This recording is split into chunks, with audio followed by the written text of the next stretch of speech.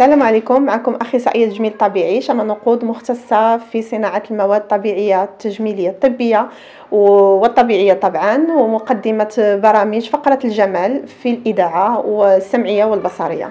الاعشاب الطبيه، يعني ملي كنقولوا اعشاب طبيه فهنا كنشوفوا بعض الاعشاب اللي كيدخلوا حتى في الادويه، مثلا كيكون الازير، كيكون مثلا الكاليبتوس، كيكونوا بزاف الاعشاب اللي كندخلوهم حنا اللي كيكونوا علاج للسيدات في الحد في التساقط في الشعر او تنبيت الشعر، او السيدات اللي كيكونوا كيعانيوا من الثعلبه، يعني كيكون بزاف الحوايج، او لا سيدات كيكون عندهم بعض البقع في الجسم ديالهم كندخلوهم في السقلات ديال الحمام، كيكونوا على شكل بودر او على شكل سيروم، وهذا باش السيده كداوم على داك العلاج وكيعطيها نتيجه زوينه.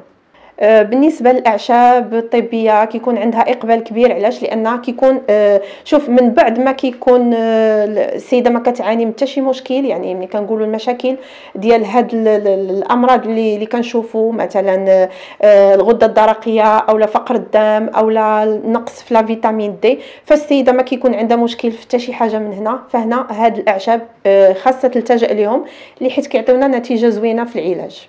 نصيحتي للمرأة المغربية هو أنها خاصة تعرف أشنو تتقدى، سواء لا في المنتوجات الطبيعيه او المنتوجات الطبيه.